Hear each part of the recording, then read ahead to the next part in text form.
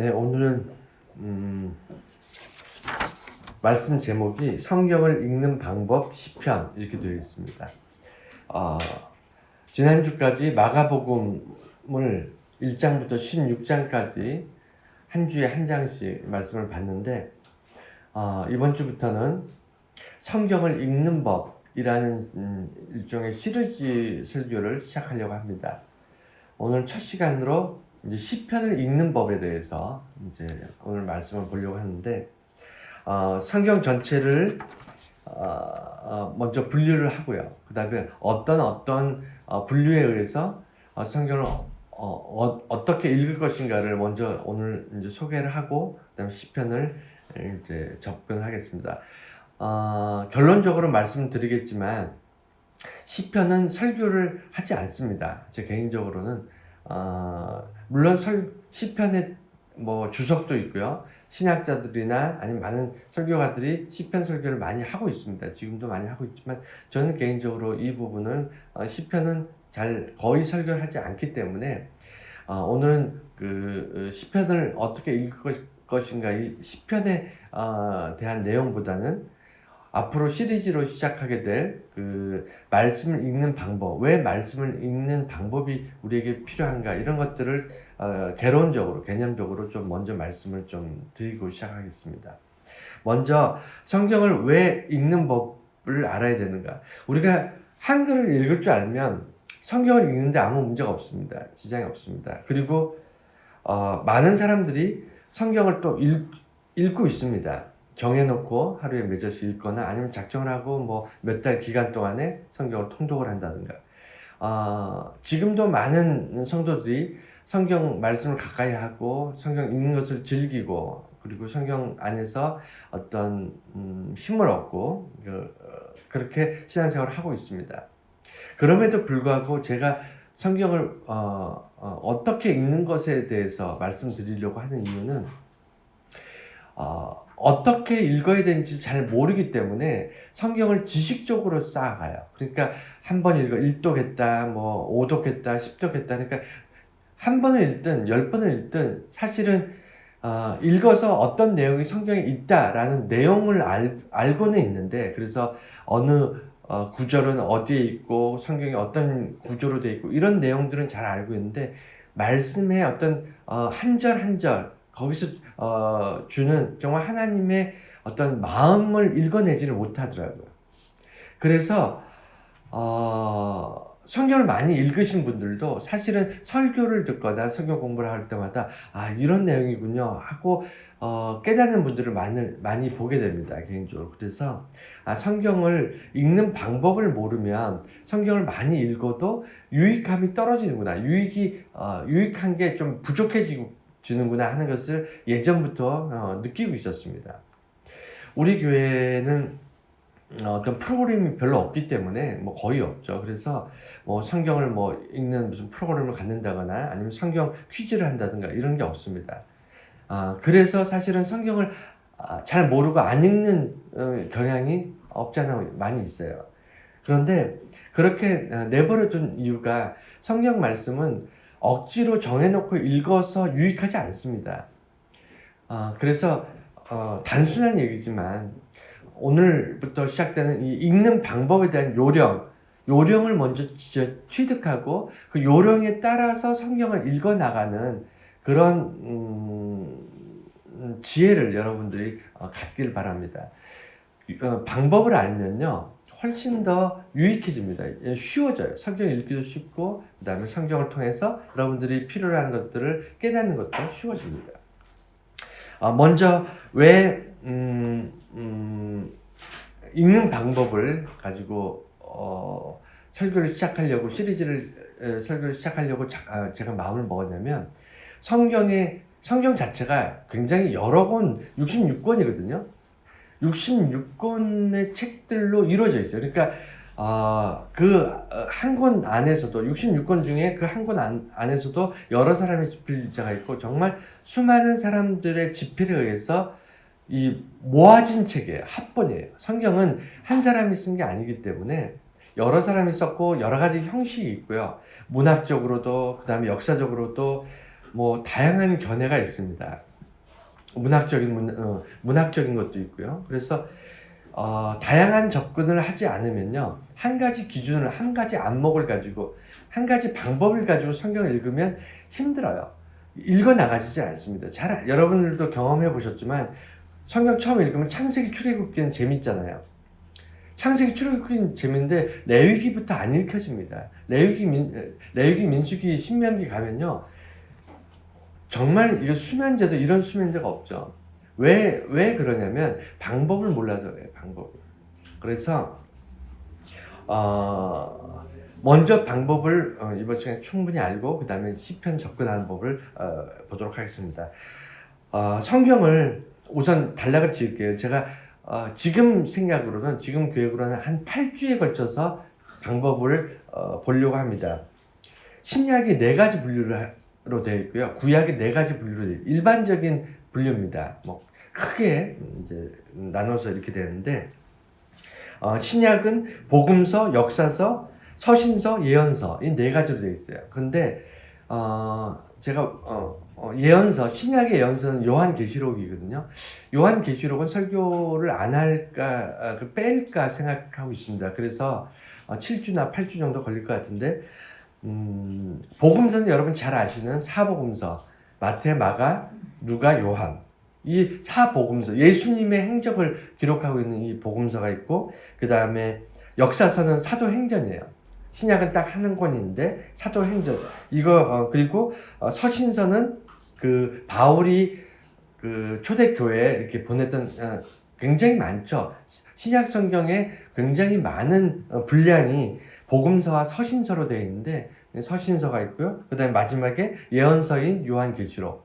이게 신약의 구성이고요. 구약의 구성도 4가지로 볼 수 있는데, 율법서, 흔히 모세오경이라고 하는 창세기, 출애굽기, 레위기, 민수기, 신명기, 이 5권을 이제 율법서로 보고, 그 다음에 역사서, 그 이후에 이스라엘 역사들이 근데 굉장히 역사서가 길어요. 많아요. 책들이 많습니다. 잘 아시는 사사기, 룻기, 사무엘 상하, 역대 상하, 뒤에 느헤미야까지 전부 역사에 관계된 기록들이 되어 있습니다. 그리고 시가서, 오늘 이제 시편이 포함되어 있는 욥기, 시편, 잠언, 전도서, 아가서 5권의 시가서가 있고요. 그 다음에 예언서로 되어 있습니다. 예언서가 이제 분량이 많죠. 대예언서가 있고 소예언서가 있고, 이 8가지 분류를 이제 일반적으로 하는데, 짤막하게 어떤 포인트를 가지고 이 말씀들을, 그러니까 복음서를 읽을 땐 이런 어떤 마음을 가지고 읽어야 되고, 이런 방법으로 읽어야 되고, 이런 어떤 관점을 가지고 읽어야 된다, 이런 것들을 간략하게 말씀드릴 테니까, 여러분들이 성경을 읽을 때 내가 그런 관점을 가지고 읽었나 한번 돌이켜 보시기 바랍니다. 이제 앞으로는 이제 한 챕터마다 이제 좀 자세하게 보겠지만, 오늘 첫 시간이니까 대략적으로 전체적으로 말씀드릴게요. 복음서를 읽을 때 여러분 어디에 초점을 두시나요? 사실 복음서는요, 뭐 하나 버릴 게 없어요.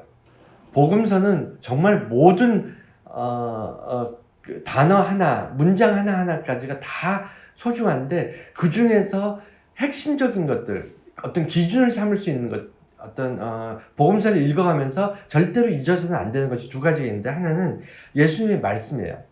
왜 이게 중요하냐면, 예수님의 말씀은 기존의 구약의 어떤 율법이라든가, 아니면 선지자들, 아니면 무슨 전통, 장로들의 전통, 이런 교육받은 거나, 아니면 내려오던 어떤 공부해서 가르치는 말씀이 아니에요.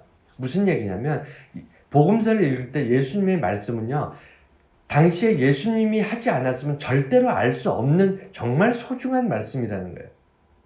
그 전에도 없었고요. 예수님 이후에도 예수님께서 말씀하셨던 그 말씀은요, 비슷한 말씀도 없어요. 그래서 복음서에서 제일 중요한 게 뭐냐라고 이렇게 물어보시면 예수님의 말씀들이에요.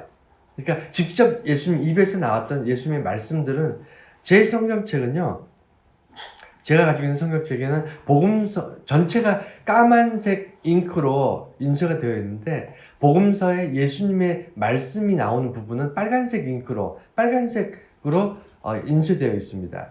그만큼 중요하기 때문에 예수님의 말씀이 왜 중요하냐면 이게 해석이 잘 안 돼요. 예수님의 말씀 비유도 있고 천국 이야기도 있고 다양하게 있지만 이게 일상적으로 우리들이 경험하는 세상이 아니라는 거예요. 예수님의 말씀은 해석하기 굉장히 어렵습니다. 심지어는 비유조차도 예수님께서 말씀하신 것들 우리는 어떤 학술적으로든 문학적으로든 아니면 역사적으로든 아니면 그냥 단순하게 대화 가운데서 누군가의 말을 이해하고 그것을 깨닫게 되는 데는 그 사람의 어떤 의도를 파악하는 것이 중요한데 우리는 거의 예수님의 의도와 예수님의 어떤 상황들을 파악하지 못하고 있습니다. 예수님께서 어떤 의도로 말씀하고 계시는지 잘 파악을 못하고 있기 때문에 그래서 어려운 거예요. 그래서 복음서에서 어떻게 보면 신약에서 가장 중요한 게 복음서고 그리고 신구약 중에 신약이 더 중요하고 그리고 성경 전체에서 제일 중요한 걸 굳이 따진다면 예수님의 말씀이다. 저는 개인적으로 이렇게 생각합니다. 그래서 말씀 중심으로 읽는 게 복음서에서 굉장히 중요하고요. 또 하나 중요한 건 뭐냐면 갈등이에요. 복음서를 읽는데 핵심은요. 예수님이 좋은 일을 많이 하셨다. 예수님께서 어디에서 어디를 가셨다. 사실은 복음서는요. 지식이 그렇게 중요하지 않습니다. 예수님께서 어디에 있었고 어느 지방에 갔었고 물론 신학자들이나 설교한 사람들이 이걸 원문을 파헤치고 자세하게 배경을 이야기하고 저도 그렇게 설교를 합니다. 그렇게 하고 있지만 그거는 이제 정말 깊이 있게 들어가고 관심이 있는 사람들에게 이제 복음서를 좀 친절하게 알려주고 설교하기 위해서 그렇게 자세하게 들어가는 거고요. 대부분 복음서에서 어떤 지식적인 것, 예수님이 어디에 있었고 뭘 잡수셨고 누구랑 있었고 이런 것보다 더 중요한 것은 갈등이라는 거예요. 갈등. 예수님이 이 땅에 오셨을 때 하는 일마다 다 잘 되고 그 다음에 모든 사람이 예수님 따르고 예수님을 기뻐하고 이러지 않았어요. 우리가 복음서를 읽어보면서 그런 내용 많이 보잖아요. 심지어는 제자들하고도 갈등이 있습니다. 제자들은 마음밭이 콩밭이가 있었잖아요. 권력을 얻을 것인가, 내가 지금은 고생하지만 나중에는 이 나라에서 큰 어떤 고위 관직이 되겠다. 이런 욕심, 세상이 주는 어떤 권력 이런 거에 관심이 있었고 심지어는 예수님의 제자가 예수님을 팔고 복음서를 쭉 보면 갈등이에요. 뭐의 갈등이죠? 예. 인간들의 일상적인 가치 기준과 양심과 인간들의 어떤 판단 기준과 예수님의 기준이 너무나도 달라요. 예수님의 방식과 예수님의 기준과 예수님의 어떤 이게 너무 다릅니다. 그래서 이게 계속 부딪혀요. 예수님 죽이려고 했던 대제사장이나 바리새인은 말할 것도 없고 예수님을 십자가에 못 박았던 로마 사람들하고의 갈등도 말할 것도 없고 심지어는 예수를 따라다니던 제자나 무리들하고도 예수님 계속 갈등 관계에 있습니다. 심지어는 예수님이 나와 함께 기도하자 그래서 십자가 지시기 전에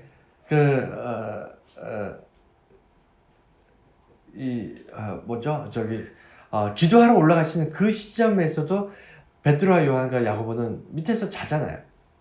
그러니까 이 갈등이 왜 중요하냐면 우리가 예수를 믿는 것이 그렇게 만만하지 않습니다.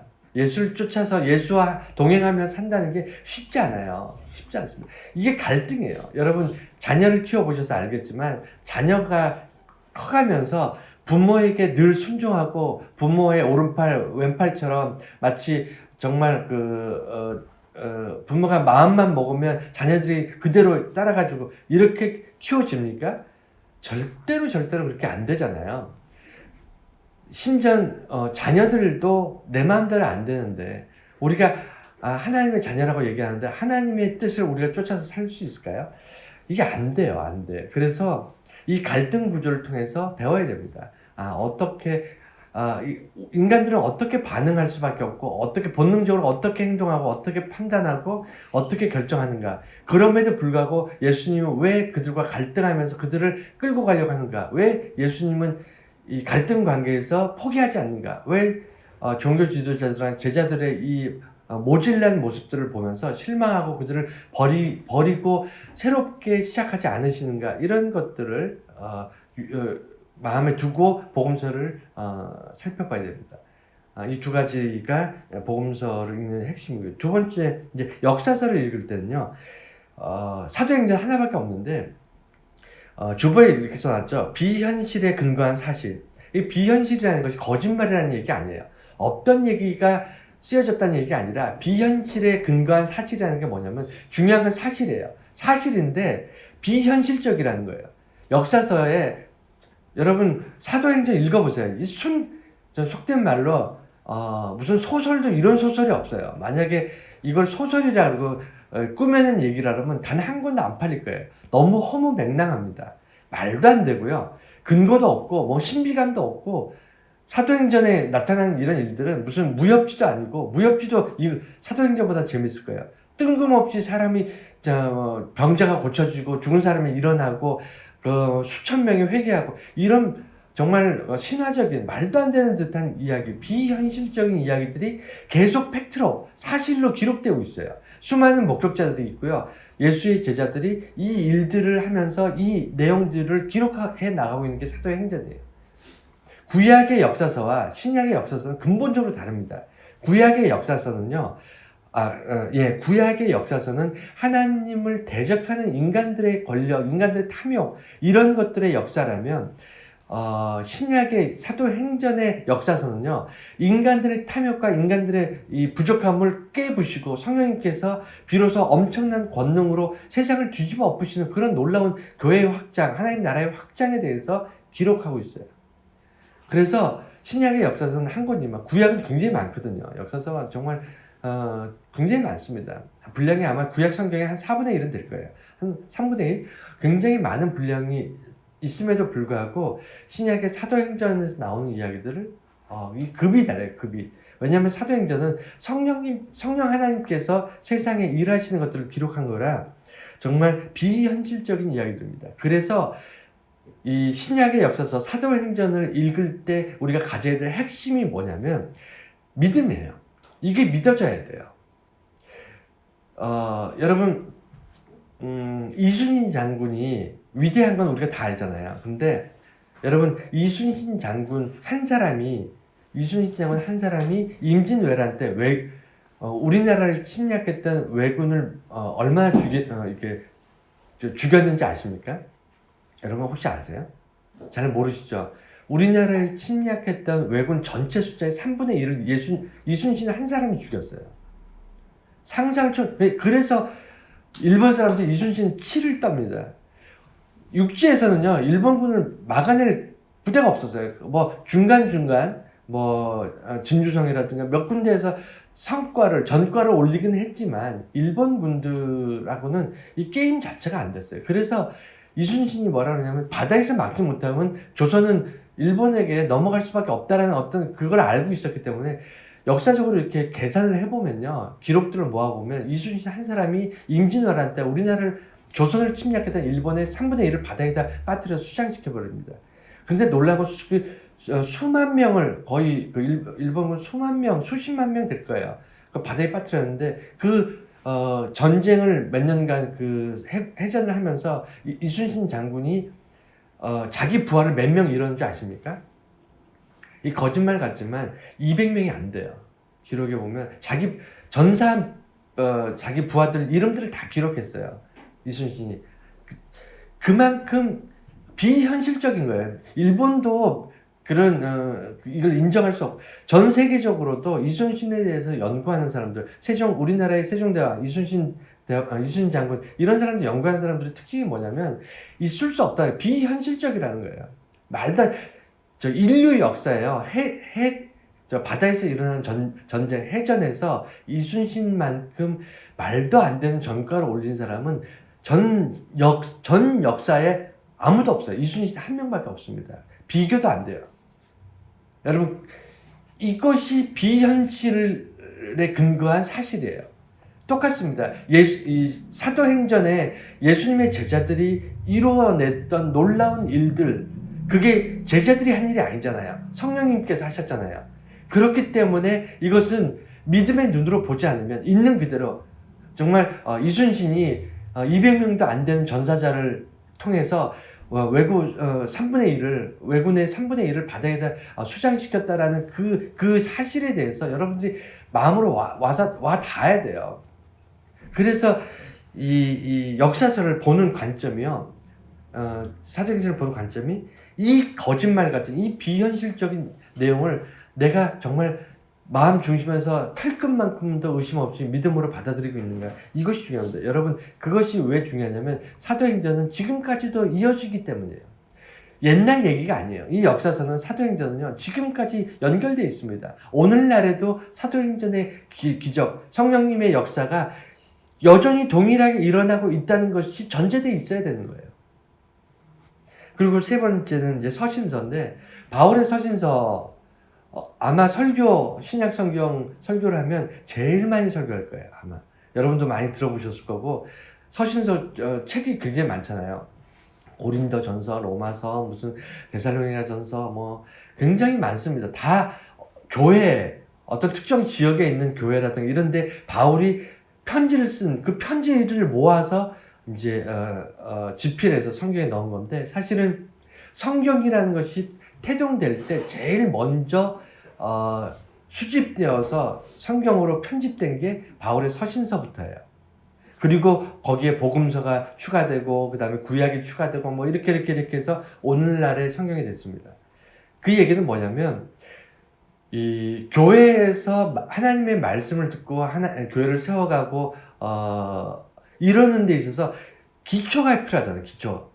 건물을 지을 때 기초가 단단해야 건물이 세워져 있잖아요. 이 건물이 바닥이 단단하지 않으면 집을 아무리 잘 지어도 넘어지는 게 당연하지 않습니까? 똑같이 초대교회, 교회라는 이 오늘날의 이 성령 시대에 교회를 세워나가는데 기초가 되는 것이 이 바울의 서신서 안에 굉장히 많이 있어요.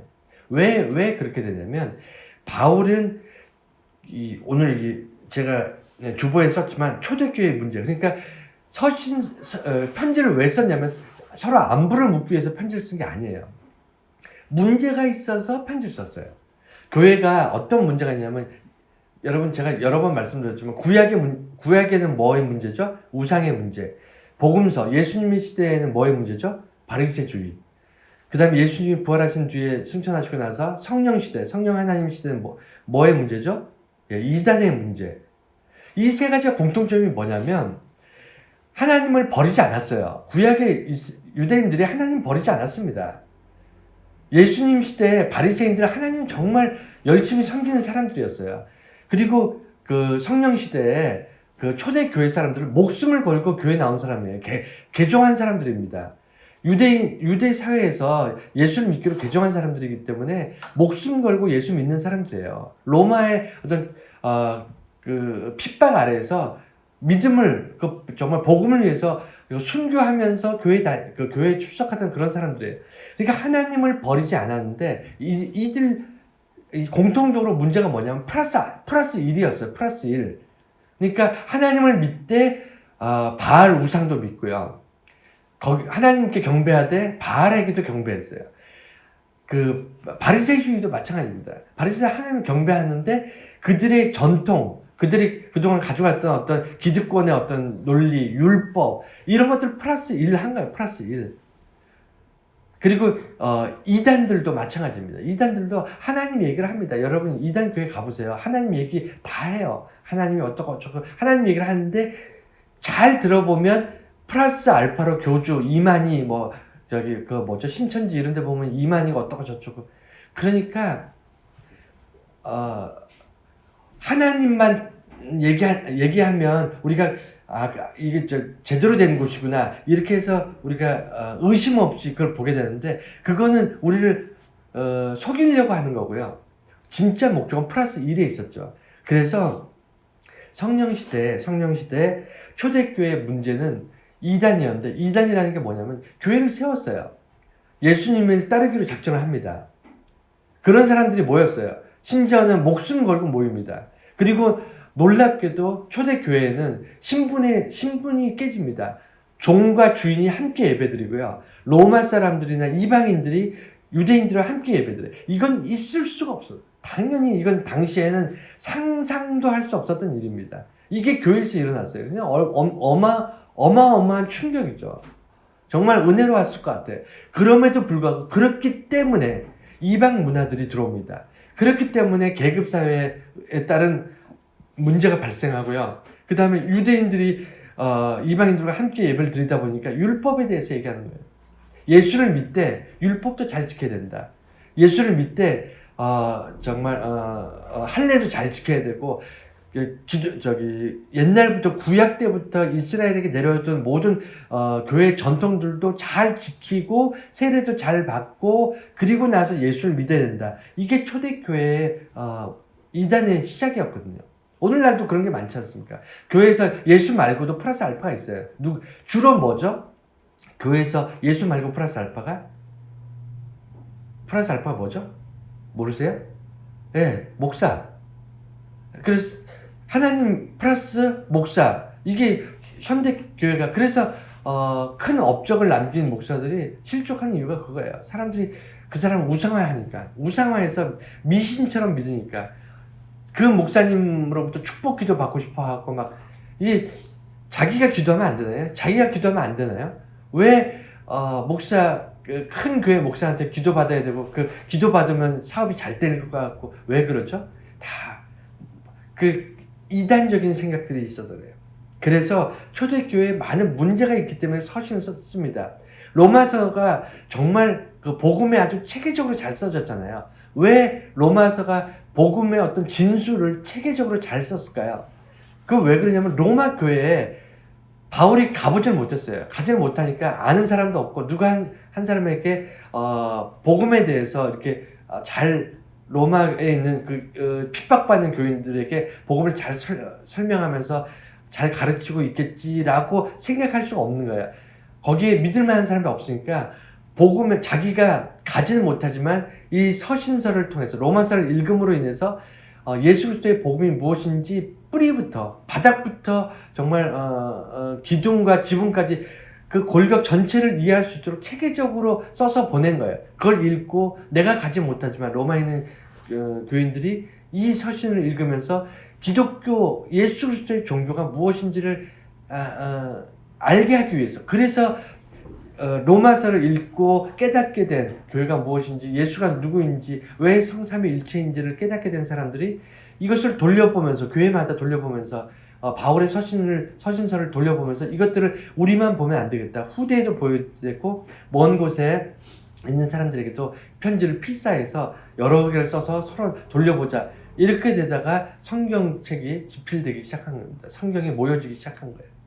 그리고 예언서, 이제 요한계시록인데, 이거는 이제 제가 설교를 안 한 이유를 여러분 아시잖아요. 수많은 이단이 여기서부터 나와요. 왜냐하면 신약의 예언서 요한계시록의 특징이 뭐냐면 시기예요. 시기를 안 써요. 그 구약의 예언서들은요, 시기가 딱 하나입니다.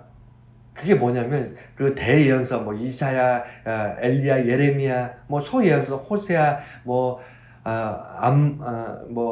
뭐죠? 갑자기, 예, 이런 소선지자, 12개 소선지자, 뭐 이렇게 수많은 예언서가 있는데, 핵심은 뭐냐면 이스라엘이 멸망이에요. 이스라엘이 바벨론에 의해서 멸망하잖아요. 멸망하는 시기 바로 앞에서 예언서가 써집니다. 이스라엘은 멸망할 것인데 너희들이 깨닫지 못하느냐, 하나님이 그렇게 너희들에게 돌이키라고 얘기하셨는데 왜 너희들은 여전히 악의 길로 가고 있느냐, 이게 핵심이에요. 그래서 예레미야 애가 같은 경우는 한탄하면서 쓰잖아요. 막 정말 읽고 있으면 가슴이 무너집니다. 나라가 망하게 되는데 처자식들이나 내 백성들이 악한 그 바벨론의 포로로 끌려가서 비참한 삶을 살게 될 텐데, 나라가 하나님의 나라였던 이스라엘이 어떻게 이방인의 칼날에 무너질 수가 있는가, 이거 한탄하면서 쓰는 게 예언서거든요. 구약의 예언서. 그러니까 시기가 분명해요. 수많은 사람들이 쓰지만 내용이 동일합니다. 이스라엘의 멸망이에요. 그런데 신약의 예언서는요. 신약의 예언서는 요한계시록은 시기가 없어요. 그러니까 저마다 시기를 갖다 집어넣는 거예요. 추측하고 예측하고 아마 그리고 종말에 대한 이야기다 보니까 이게 민감해요. 종말에 대한 그래서 알 수 없게 썼는데 전혀 그 시기를 알 수 없게 썼는데 묵시라는 게 그거잖아요. 알 수 없게 쓰는 겁니다. 모든 사람들이 명확하게 그 날짜와 시기를 알 수 없게 기록하는 것이 묵시 문학인데 요한계시록은 알 수 없게 썼음에도 불구하고 사람들이 그걸 추측해요. 시기. 어느 시기에 세상이 망할 것인가, 어떤 징조를 보이면서 세상이 종말에 올 것인가, 여기에 집착을 하다 보니까 요한계시록이 가지고 있는 굉장히 중요한 의미들을 놓치고 있습니다. 이게 이제 신약의 이야기고요. 이 내용들을 4주에 걸쳐서 좀 더 자세하게 말씀 볼 겁니다.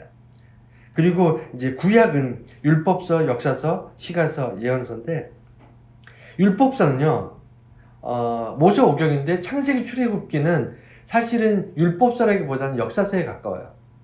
초대 족장들의 어떤 역사. 그러니까 모세가 썼거든요. 기록에 이제 모세가 썼다고 돼 있어요. 창세기, 출애굽기, 레위기, 민수기, 신명기. 이게 다 그 출애굽에서요. 광야를 지나는 그 40년 동안 기록됩니다. 모세에 의해서 기록돼서. 그래서 레위기는 하나님의 제사, 하나님의 성막을 짓고 제사 지내는 어떤 기구, 그다음에 성막을 어떻게 지을 것인가. 정말 말 그대로 하나님을 제사 지내는 레위인들을 위해서 써진 게 레위기예요.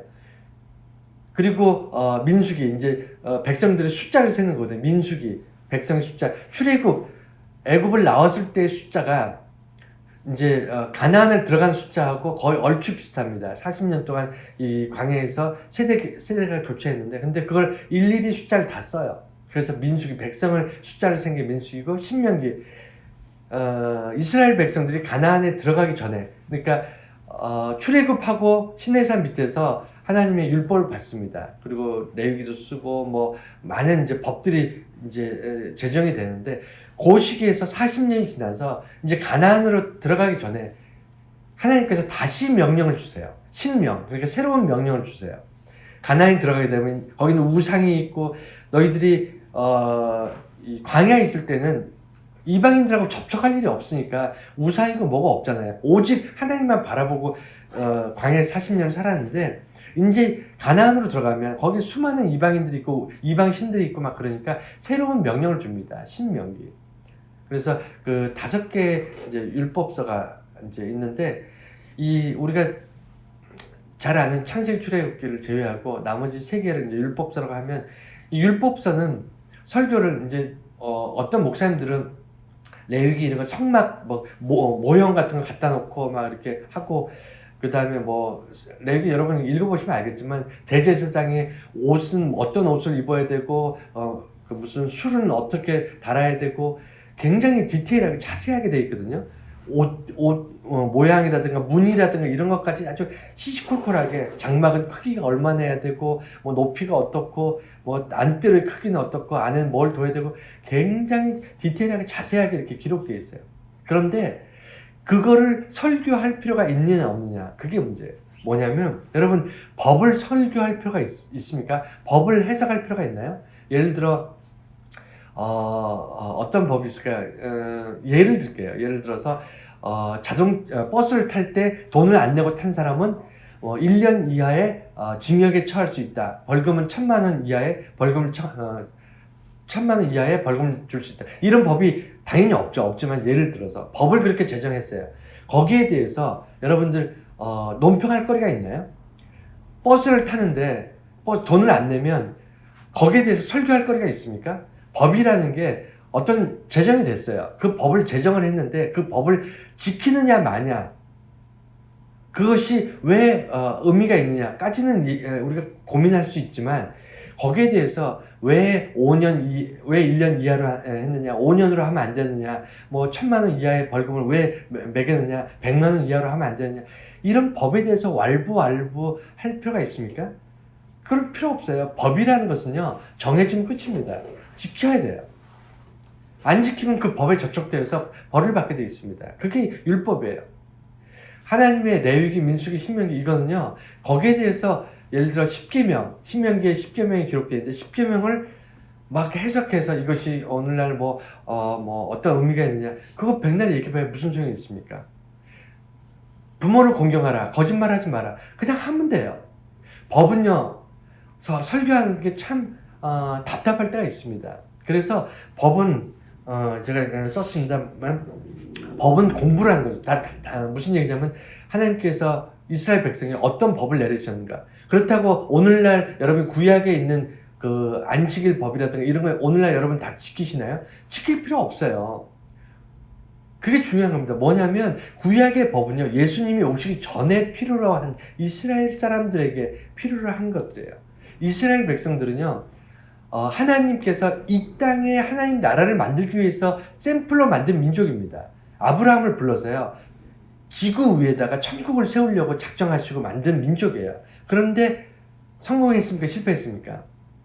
제 생각엔 실패라고 생각을 하는데 어쨌든 하나님께서 이스라엘 백성들을 통해서 이 땅에서도 천국을 누리게 하시려고 천국 백성, 하나님의 백성으로 나라를, 민족을 만드셨는데 그게 이스라엘이었는데 이스라엘이 뭐 때문에 망했냐면 우상 숭배 때문에 망했잖아요. 하나님으로 만족하지 못하고 바알이라든가 이런 우상을 섬기다가 망했잖아요.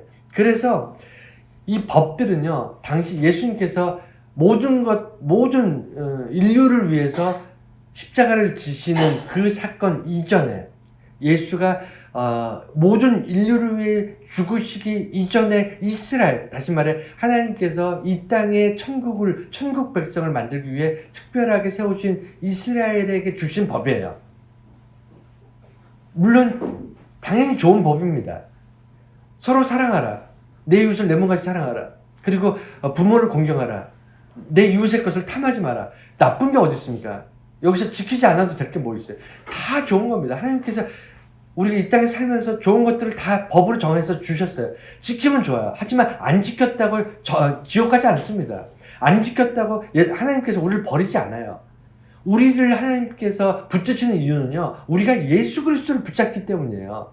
율법을 잘 지켰고 거짓말을 안 하기 때문이 아니라 우리가 율법의 메인 사람이 아니고 예수 그리스도의 메인 사람이기 때문에 하나님께서 우리를 구원하시는 겁니다. 그래서 율법서는 법이기 때문에 공부를 하면 재밌어요. 하나님의 뜻이, 하나님의 마음이 보입니다. 이스라엘 백성 얼마나 사랑하셨고 이스라엘 백성들이 얼마나 하나님 앞에 부정했는가 이런 것들을 비교하면서 공부가 돼요. 재밌습니다. 하지만 이것이 해석되어질 이유는 없습니다. 하나님이 왜 이런 법을 정하셨지? 그거 알 필요 없다는 거예요. 그리고 역사서, 이스라엘은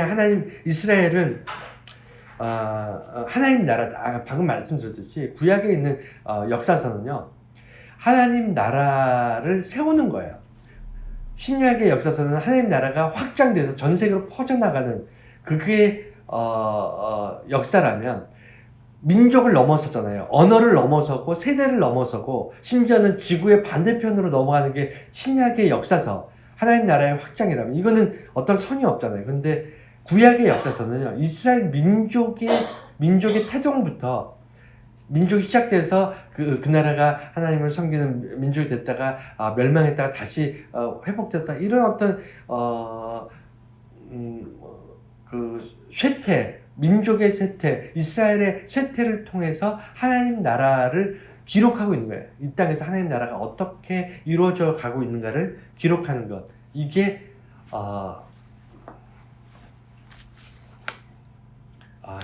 죄송합니다. 제가 저 시계를 보면서 시간이 여유가 있다고 지금 설교를 하고 있었는데 아니네요.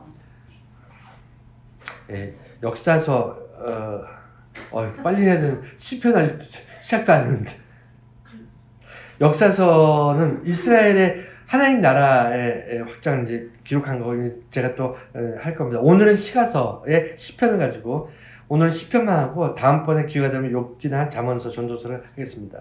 시가서는 어떤 개인의 신앙 고백을 기록한 겁니다. 어떤 개인이냐면 그냥 우리 같은 일반인들이 아니고요. 아주 특별한 사람들의 기록을 모은 게 이제 체험을 기록한 게 시가서인데, 그러니까 다른 말로 하면 어떻게 보면 이 간증록이에요. 간증인데 어떤 간증이냐면 시편은 누가 썼냐면 주로 여러 사람이 썼습니다. 여러 사람이 썼는데 주로 다윗이 썼고요. 그 다음에 잠언, 전도서, 아가서 이 세 권은 솔로몬 왕이 썼어요. 다윗의 아들 솔로몬이 잠언, 전도서, 아가서 이거 개인적인 고백이에요. 개인적인 고백이고 욥기는 필자가 누가 썼는지 모릅니다. 오늘날까지도 욥기서는 저자 미상으로 남아 있어요. 어쨌든 이 5권의 책은 뭐냐면 오늘 이제 시편을 보게 될 텐데 도대체 이 이야기가 왜 성경에 나와야 되는가를 여러분이 정말 아셔야 돼요. 왜냐하면 그 개인의 어떤 신앙 고백이 왜 모든 사람들에게 읽혀져야 되는가 그거에 대해서 이따가 시편 강의하면서 시편 말씀을 보면서 우리가 보게 될 거고 마지막으로 예언서 대예언서 소예언서 대예언서가 있고요. 이사야 예레미야 에스겔 엘리야 에스겔 예레미야 이렇게 대예언서가 있고요. 소예언서가 12권이 있습니다. 요나서 하박국 12권의 소선지자. 근데 대선지자는 큰 일을 한 선지자, 소선지자는 작은 일을 한 선지자라고 생각하시면 안 돼요. 다 똑같아요. 선지자는 다 똑같은데 뭘로 이렇게 나누냐면 대선지자, 이사야, 예레미야 이런 사람들은 예언서의 분량이 많아. 엄청나게 분량이 많아요. 분량이 많아서 그냥 대선지자예요. 그리고 예언서의 분량이 적은 소선지자들은 그냥 분량이 적어서 소선지자예요. 그런데 아까 제가 중간에 말씀드렸듯이 대선지자건 소선지자건 기록 목적이 딱 하나밖에 없어요. 뭐냐면 이스라엘이 망하게 됐다는 거예요. 교회가 망하게 됐다는 겁니다. 하나님의 나라가 없어지게 생겼다. 이런 내용인 거예요. 이게 정말 하늘이 무너질 일이 아닙니까? 그런데 이런 얘기 사람들이 듣고 싶어 할까요? 나라가 망하게 됐다. 하나님의 백성들이 다 죽게 생겼다. 이런 얘기 누가 좋아합니까? 그리고 인정할 수도 없어요. 여러분 생각해보세요. 제가 여기서 교회가 다 망할 겁니다 라고 그러면 여러분 기분 좋습니까? 인정할 수 있어요? 기분 나쁘잖아요. 어떻게 하나님의 교회가 어떻게 망한다는 얘기를. 그런데 그 얘기가 기록된 게 예언서예요. 구약의 예언서는 하나님이 힘이 없어서 망하는 게 아니다. 하나님이 능력이 부족해서 이스라엘이 망하는 게 아니라는 거예요. 그 모든 예언서의 핵심은 뭐냐면 인간이 하나님을 버렸다는 겁니다. 그 얘기가 주구장창 나와요. 그러니까 예언서를 읽으면서 하나님을 버린 이스라엘이 내 마음이라는 건 나라는 것을 대입시켜서 읽어야 돼요. 그래야만 이 예언서를 이해할 수 있습니다. 그리고 마지막 때가 반드시 심판이 하나님께서는 허투루 그냥 흘려버리지 않으신다는 것을 여러분들이 기억하셔야 돼요. 반드시 심판하시고요. 반드시 계산하세요. 우리의 삶을 계산하시고요. 우리들의 이 모든 것들을 지켜보겠습니다. 자, 이것이 앞으로 8주 동안 할 내용들을 간략하게 본 거고요. 오늘 시편 가지고 이제 말씀 봤는데 오늘 147편 봤습니다. 147편을 봤는데 결론적으로 말씀드리면 이 내용을 설교하지 않습니다. 147편은 왜 그럼 골랐습니까? 좋아서 골랐어요. 147편이 제가 설교 준비하면서 시편 몇 편 읽었는데 147편 너무 좋더라고요. 좋아서 고른 거예요. 읽고 너무 좋다, 감동이 됐다. 그럼 끝입니다. 시편은 설교하는 게 아니에요. 제 개인적으로 그렇게 생각합니다. 여러분 이제 그래도 뭔가를 해야 되니까 제가 이제 3가지로 정의했는데 시편의 목적, 깊이의 목적. 그럼 시편이 다른 책들과 다른 점이 무엇인가? 그리고 어떻게 시편을 읽어야 될까? 이 3가지만 간략하게 하고 오늘 말씀 마칠게요. 시편의 목적은요. 개인 또는 조직이 찬송하기 위해서 쓴 거예요. 그러니까 어떤 사람이 신앙 고백이 있습니다. 저도 신앙 고백이 있고요. 저도 간증이 있어요. 여러분 간증이 있잖아요. 예전에 우리 권사님 20년 전에 치료하시고 암 치료하시고 막 이래서 지금 생존해 계시잖아요. 이게 진짜 어디 가서 간증거리거든요. 신앙 고백 아닙니까? 다른 사람들 경험해보지 못한 신앙이잖아요. 어떤 체험이잖아요. 저는 그런 체험 없으니까. 그러니까 개인마다 하나님을 믿고 하나님의 백성으로 살아갈 때는 다 체험이 있어요. 하나님과의 만남이 있고요. 하나님과의 특별했던 추억들이 다 있습니다. 그럼에도 불구하고 이 시편과 이렇게 시편을 기록했던 이유는요. 내 체험을 입 밖으로 드러내면서 하나님께 찬송하기 위해서 쓰여진 거예요. 그러니까 시편은 시지만 단순히 시와 다른 건 뭐냐면 시는 나를 위해서 나의 감정이라든가 이런 것들을 표현하기 위해서 썼다면 시편은요 가사예요. 가사. 찬송을 하기 위한 가사입니다. 하나님을 높이는 찬송의 가사로 쓰여졌어요. 그래서 개인이 하나님께 찬송하거나 경배할 때 그리고 조직이 모여서 함께 나아갈 때 시편을 읽고 시편을 고백하는 거예요. 말 그대로 고백이죠. 그래서 시편 해석은 유머를 설명하는 것처럼 어색하다. 이 얘기는 뭐냐면 제 주보에 이 얘기를 쓴 이유가 유머가 뭔지 알죠? 웃긴 얘기. 우리가 농담이라 그러죠. 농담하고 웃긴 얘기하고 사람들의 분위기를 띄우기 위해서 재밌는 얘기를 하는데 이거를 누군가 웃긴 얘기를 했는데 안 웃는 사람이 한 사람 있어. 그러면 그 옆에서 이것이 왜 웃긴지를 설명하면 재미있어요? 없어요? 아무리 잘 설명해도요. 아무리 정말 달변가가 주옥같이 설명을 해도요. 웃긴 얘기는 설명하는 순간 그 생명력을 잃게 되는 거 아닌가요? 저는 누군가가 웃긴 얘기를 설명해 줄 때 이게 왜 웃긴지를 설명해 줬을 때 그 얘기 듣고 웃어본 적이 한 번도 없었던 것 같아요. 웃기는 얘기를 들었을 때는 직관적으로 웃겨야 됩니다. 농담을 들었을 때는 직관적으로 그 얘기를 듣는 순간 웃음이 나와야 되는 거예요. 그렇지 않습니까? 유머는 그래야만 유머죠. 시편도 똑같아요. 시편도 직관적이에요. 가장 이 시편에 있는 단어 중에 어려운 단어가 뭐 있습니까? 여기 무슨 배경이 있습니까? 시편에 무슨 철학이 있습니까? 역사가 있습니까? 시편에 아무것도 없어요. 시편의 단어가 제일 쉬워요. 성경에서. 할렐루야. 그럼 거기에 뭐가 더 들어가요? 하나님 찬송하라. 오늘 147편 어려운 말 단어 하나도 없어요.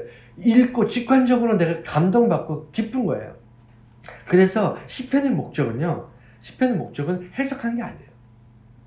읽는 거예요. 시편의 목적은 읽는 겁니다. 시편의 목적은 내가 고백하는 거예요. 입 밖으로 고백하는 거예요. 그리고 무엇이 다른가? 시편은요,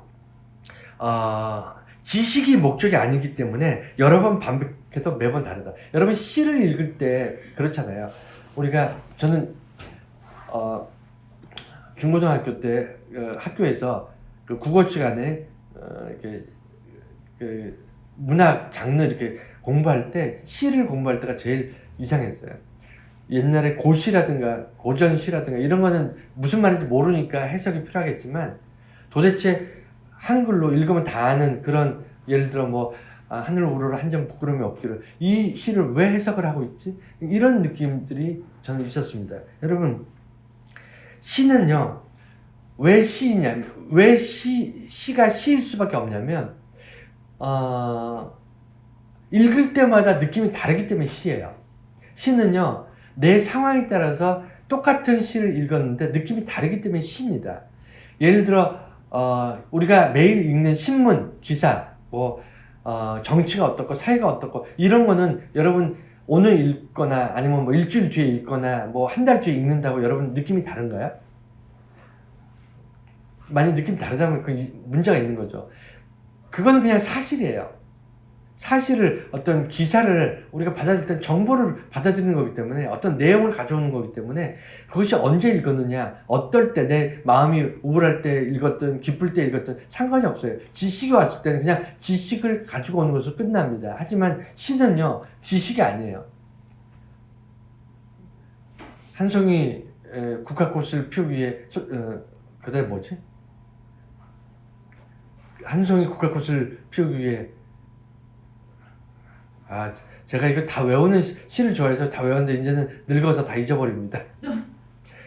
이런 시들이 이게 해석이 필요한가요? 필요하지 않은데 이게 제가 그 시를 처음 중고등학교 때 읽었을 때와 청년에 읽었을 때하고 지금 나이 그 시를 읽었을 때하고 느낌이 전혀 다르잖아요. 전혀 다릅니다. 이게 시편의 의미예요. 내가 어느 상황에 있더라도 그 느낌이 다르기 때문에 시편은 계속 읽는 겁니다. 시편을 1편부터 150편까지 다 읽었다고 해서 이제는 내가 이 시편 일독했으니까 아니죠. 여러분 시편 1편 1절 뭐 복 있는 사람은 악인의 꾀를 쫓지 않고, 여러분 이런 시편의 내용을 여러분 한 번 읽었으니 됐다 이러시나요? 저는 뜬금없이 이게 외워져 있어서 시편 내용들 중에 몇몇 구절들은 외워져 있어서 뜬금없이 막 떠오릅니다. 그게 시편의 목적이에요.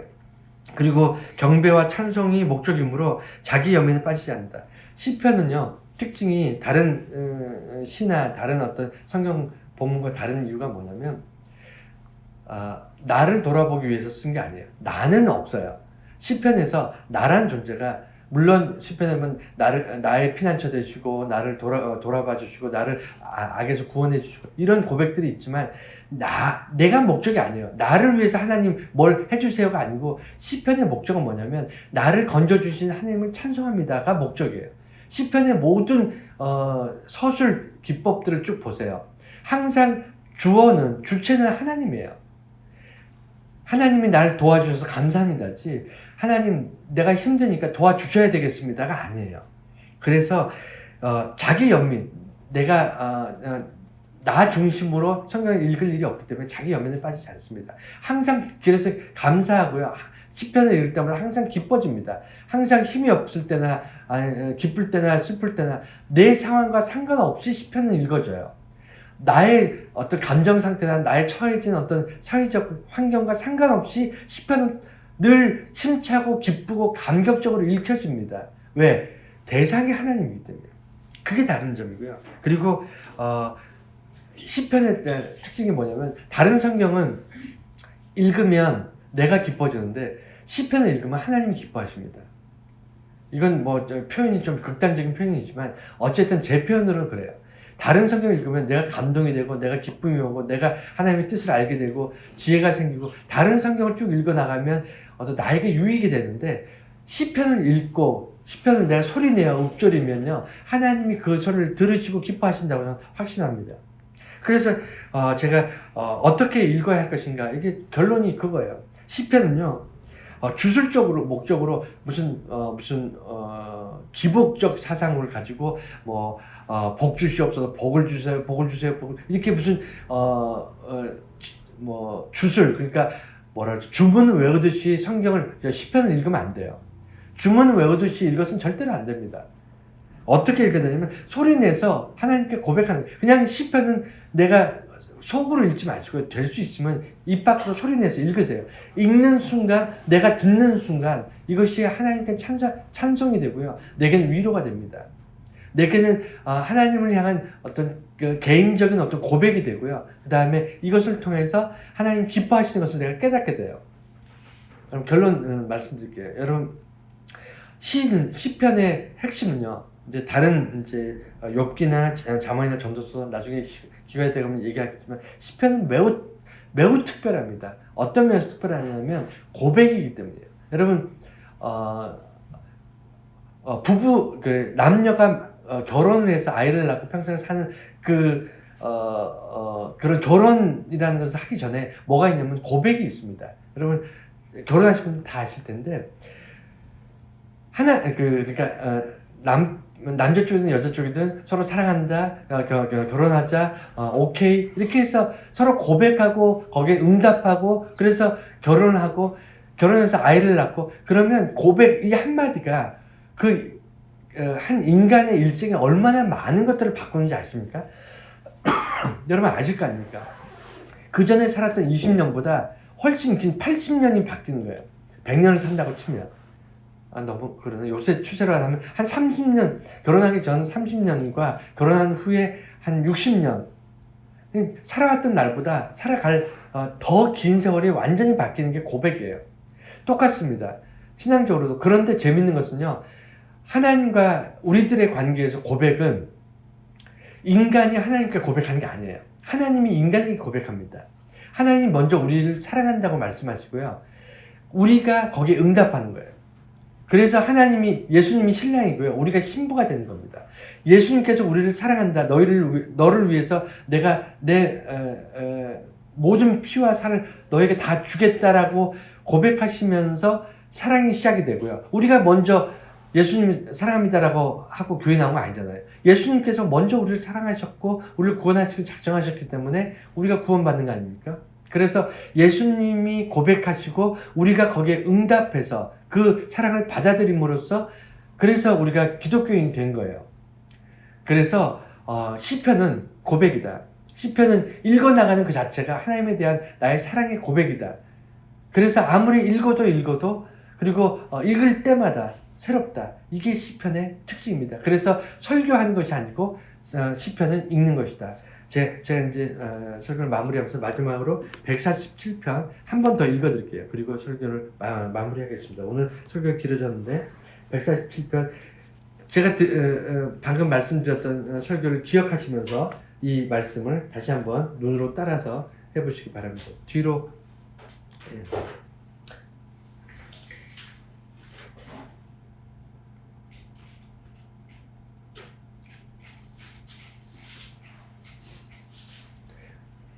시편 147편 다 줬어요. 네, 147편 할렐루야 우리 하나님을 찬양하는 일이 선함이며 찬송하는 일이 아름답고 마땅하도다. 우리 같이 한번 해볼까요? 같이 여기 PPT에 나와 있으니까 1절부터 다시 처음부터 시작. 할렐루야 우리 하나님을 찬양하는 일이 선함이요 함께 할게요. 찬송하는 일이 아름답고 마땅하도다.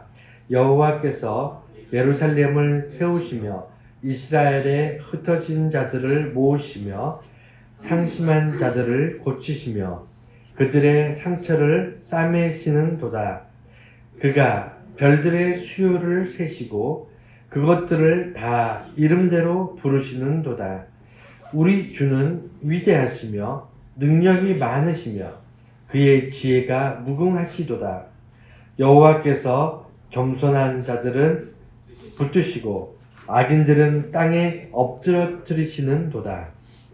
감사함으로 여호와께 노래하며 수금으로 하나님께 찬양할지어다. 그가 구름으로 하늘을 덮으시며 땅을 위하여 비를 준비하시며 산에 풀이 자라게 하시며 들짐승과 우는 까마귀 새끼에게 먹을 것을 주시는도다. 여호와는 말에 힘이 세다 하여 기뻐하지 아니하시며 사람의 다리가 억세다 하여 기뻐하지 아니하시고 여호와는 자기를 경외하는 자들과 그의 인자하심을 바라는 자들을 기뻐하시는도다. 예루살렘아 여호와를 찬송할지어다. 시온아 내 하나님을 찬양할지어다. 그가 내 문빗장을 견고히 하시고 내 가운데에 있는 너의 자녀들에게 복을 주셨으며 내 경내를 평안하게 하시고 아름다운 말로 너를 배불리시며 그의 명령을 땅에 보내시니 그의 말씀이 속히 달리는도다. 눈을 양털같이 내리시며 서리를 재같이 흩으시며 우박을 떡 부스러기같이 뿌리시나니 누가 능히 그의 추위를 감당하리요. 그의 말씀을 보내사 그것들을 녹이시고 바람을 불게 하신즉 물이 흐르는도다. 그가 그의 말씀을 야곱에게 보이시며 그의 율례와 규례를 이스라엘에게 보이시는도다.